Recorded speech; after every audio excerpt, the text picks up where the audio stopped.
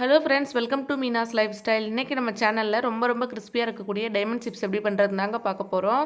அது கூடவே ரொம்பவே டிஃப்ரெண்ட்டாக ஒரு சிப்ஸும் எப்படி போடலாம் அப்படின்றதும் பார்க்க போகிறோம். அதுக்கு முன்னாடி நீங்கள் நம்ம சேனல் புதுசாக இருந்தால் கீழே இருக்க ரெட் கலர் சப்ஸ்கிரைப் பட்டனை கிளிக் பண்ணிக்கோங்க. பக்கத்தில் இருக்க பெல் ஐக்கனையும் கிளிக் பண்ணிக்கோங்க. இன்றைக்கி நம்ம டைமண்ட் சிப்ஸ் பண்ணுறதுக்கு ஒரு கப் அளவு மைதா மாவு எடுத்துக்கலாம். இது ஒரு பவுலில் சேர்த்துக்கலாங்க. அடுத்ததாக காரத்துக்கு நம்ம இன்றைக்கி மிளகு சேர்க்க போகிறோம். நான் ஒரு 10-12 மிளகு எடுத்திருக்கேன். இது நல்லா தட்டிட்டு அதுக்கப்புறமா சேர்த்துக்கலாம்.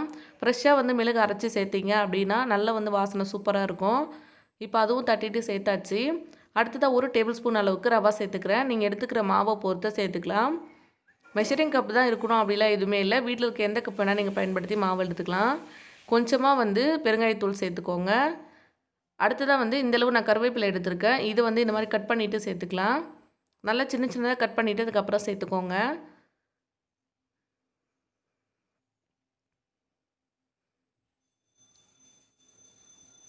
அவ்வளோதான். இந்தளவு குட்டி குட்டியாக கருவேப்பிலையை கட் பண்ணிவிட்டு அதுக்கப்புறமா இதில் சேர்த்தாச்சு. அடுத்ததாக தேவையான அளவு உப்பு சேர்த்துக்கலாம். இப்போ உப்பு எல்லாமே சேர்த்ததுக்கப்புறமா ஒரு தடவை நல்லா மிக்ஸ் பண்ணிக்கோங்க. ட்ரையாக இருக்கும் போதே நல்லா மிக்ஸ் பண்ணிட்டீங்க அப்படின்னா ஒன்றோட ஒன்று நல்லா கலந்து வந்துடும். இன்றைக்கி மிளகாய் பொடி சேர்க்க போகிறது இல்லைங்க. நம்ம சேர்த்துருக்க மிளகுத்தூள் மட்டும்தான் காரத்துக்கு. அடுத்ததாக கொஞ்சமாக மஞ்சள்தூள் சேர்த்துக்கலாம் கலருக்காக. சேர்த்துட்டு கொஞ்சமாக தண்ணி சேர்த்துட்டு இது நல்லா பிசைஞ்சிக்க போகிறோம் சப்பாத்தி மாவு மாதிரி. இது ரொம்ப டிஃப்ரெண்ட்டாக நல்லா கிறிஸ்பியாக ரொம்ப சூப்பராக இருக்குங்க. கூட கொஞ்சம் ரவா சேர்த்துருக்கு. எதுக்குன்னு பார்த்தீங்கன்னா நல்லா கிறிஸ்பியாக வரும். அதுக்காக தான் நம்ம சேர்க்குறோம். சேர்த்துட்டு கொஞ்சமாக தண்ணி சேர்த்து இது நல்லா பிசைஞ்சு எடுத்துக்க போகிறோம். இப்போது இது கூடவே கொஞ்சமாக எள்ளு சேர்த்துக்கலாம். அப்போ சாப்பிடும்போது இன்னும் நல்லாயிருக்கும். பாருங்கள், நான் இன்றைக்கி வெள்ளை எள்ளு இருக்குது, அது சேர்த்துக்கிறேன். உங்கள்கிட்ட கருப்பு எள்ளு இருந்தாலும் சேர்த்துக்கலாங்க. சேர்த்துட்டு இதையும் சேர்த்து இப்போ நல்லா பிசைஞ்சிக்கலாம். தண்ணி அதிகமாக சேர்த்துடக்கூடாதுங்க. ரொம்ப தண்ணி அதிகமாகிடும். கொஞ்சமாக தண்ணி சேர்த்துட்டு பிசைஞ்சிங்க அப்படின்னா சரியாக வந்துடும். பாருங்கள், இந்த மாதிரி மாவு நல்லா அழுத்தம் கொடுத்து நல்லா பிசைஞ்சு எடுத்துக்கோங்க. இப்போ மாவு பிசைஞ்சு எடுத்தாச்சு, ரெடியாக இருக்குது. இந்த அளவு இருக்கணும் மாவு. இது அப்படியே வச்சிடலாங்க. ஒரு 10 நிமிஷம் அப்படியே இருக்கட்டும். இது நல்லா ஊறி வந்தது அப்படின்னா தான் நல்லா சாஃப்டாக இருக்கும். மேலே ஒரு டிஷ்யூ பேப்பர் போட்டுட்டு இதை அப்படியே வச்சிடுறேன் கொஞ்சம் நேரத்துக்கு.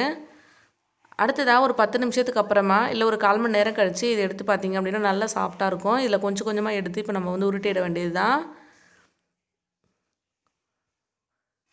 பாருங்கள், நான் பாதி அளவு மட்டும் மாவு எடுத்துக்கிறேன். கொஞ்சமாக சேர்த்து நான் 3 போர்ஷனாக பிரித்து இன்றைக்கி உருட்டிக்க போகிறேங்க. இப்போ கொஞ்சம் மாவு எடுத்துகிட்டு ஒரு சப்பாத்தி கட்டையில் கொஞ்சமாக வர மாவு சேர்த்துட்டு மேலே வச்சுட்டு நல்லா உருட்டிக்கோங்க. நல்லா மெலிசாக திரட்ட போகிறோம். ரொம்ப மெலிசாக திரட்டணும் அப்படின்னு இல்லை. நம்ம சிப்ஸு பண்ணும்போது திரட்டும் இல்லை, அந்தளவு திரட்டிட்டீங்க அப்படின்னா கரெக்டாக இருக்கும்.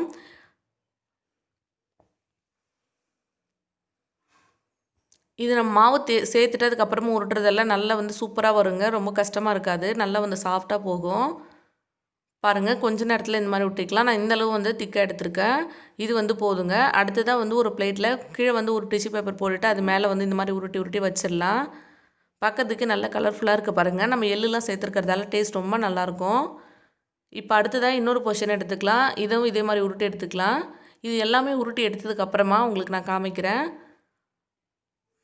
பாருங்கள், நான் 2வது உருட்டி எடுத்துட்டேன். இது மேலேயே இதையும் வச்சுக்கலாங்க. அப்படி ஒட்டும் அப்படின்னு தோணுச்சுன்னா நடுவில் ஒரு டிஷ்யூ பேப்பர் போட்டுட்டு அதுக்கு மேலே நீங்கள் வச்சுக்கலாம். நம்ம வர மாவு சேர்த்து உருட்டுறதால மாவு ஒட்டாதுங்க. இப்போ ஒரு பீஸ் மட்டும் எடுத்துகிட்டு இந்த மாதிரி ஃபஸ்ட்டு கட் பண்ணிக்கலாம். ஃபஸ்ட்டு இது மாதிரி நேராக லைன் போட்டுக்கோங்க. ஃபுல்லாக இதே மாதிரி லைன் போட்டு எடுத்துக்கலாம்.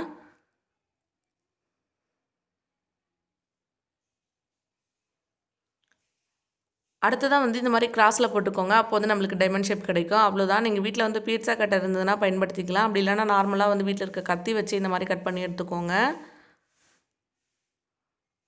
கத்தி வச்சு கட் பண்ணுறது கொஞ்சம் கஷ்டமாக இருக்கும். கத்தி ஷார்ப்பாக இருந்தது அப்படின்னா ரொம்பவே சூப்பராக வரும். பாருங்கள் எவ்வளோ சூப்பராக வந்ததுன்னு. கட்டையில் ஒட்டாது. நம்ம கீழே மாவு சேர்த்துருக்கிறதால நீங்கள் அப்படியே சேர்த்து கூட பொரிச்சிடலாம். இப்போ எண்ணெய் சூடாக இருந்ததுன்னா அப்படியே எண்ணெய்க்கு நேராக வச்சு தள்ளி விட்டீங்க அப்படின்னா சூப்பராக விழுந்துருங்க. இப்போ நான் எல்லாத்தையும் உருட்டி எடுத்துகிட்டு அதுக்கப்புறமா போயிட்டு பொரிக்க போகிறேன். இப்போ இதை ஒரு டிஷ்யூ பேப்பர் போட்ட பவுலில் பாருங்கள் கொட்டி வச்சுருக்கேன். இது ஒட்டாது. அப்படியே ஒட்டினாலும் நம்ம எண்ணெயில் சேர்க்கும் போது பிரிஞ்சு வந்துடுங்க.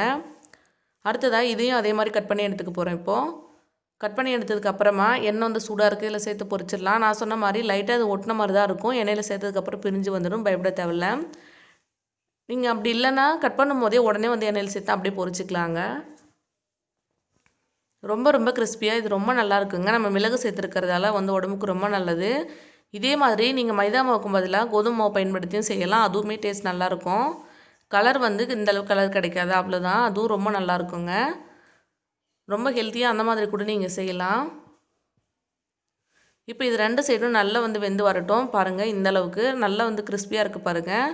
அவ்வளோதான், ரெடி ஆகிடுச்சு. இது வெளியில் எடுத்து வச்சிடலாம். சரி, எவ்வளோ நாளைக்கு தான் வந்து டைமண்ட் சிப்ஸே செய்கிறது, கொஞ்சம் டிஃப்ரெண்ட்டாக இந்த மாதிரி பண்ணி பார்க்கலாம்.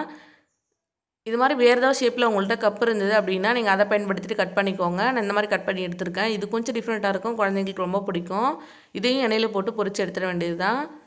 இதுவுமே சாப்பிட்றதுக்கு நல்லா கிறிஸ்பியாக கொஞ்சம் டிஃப்ரெண்ட்டாக நல்லாயிருக்கும், குழந்தைங்களுக்கு பிடிச்ச மாதிரி. வேறு எந்த ஷேப்பில் இருந்தாலும் நீங்கள் கட் பண்ணிக்கலாம், ரவுண்ட் ஷேப்பில் கூட கட் பண்ணிக்கலாங்க. பாருங்கள், இதுவுமே நல்லா பொரிஞ்சு வந்தது. பார்க்குறதுக்கு எவ்வளோ சூப்பராக இருக்குது பாருங்கள். குழந்தைங்களுக்கு கண்டிப்பாக ரொம்ப பிடிக்கும், நீங்கள் ட்ரை பண்ணி பாருங்கள். அவ்வளோதான், நம்மளுடைய சூப்பரான சிப்ஸ் வந்து இப்போ ரெடி ஆகிடுச்சு. கண்டிப்பாக நீங்களும் ட்ரை பண்ணி பாருங்கள். எப்படி வந்ததுன்னு சொல்லி என் கூட கமெண்ட்டில் ஷேர் பண்ணிக்க மறந்துடாதீங்க. அடுத்த ஒரு இன்ட்ரெஸ்டிங்கான வீடியோவில் பார்க்கலாம் ஃப்ரெண்ட்ஸ். உங்களுக்கு நம்ம வீடியோ பிடிச்சிருந்ததுன்னா லைக் பண்ணுங்கள், ஷேர் பண்ணுங்கள், கமெண்ட் பண்ணுங்கள். தேங்க்யூ, தேங்க்ஸ் ஃபார் வாட்சிங், பாய்.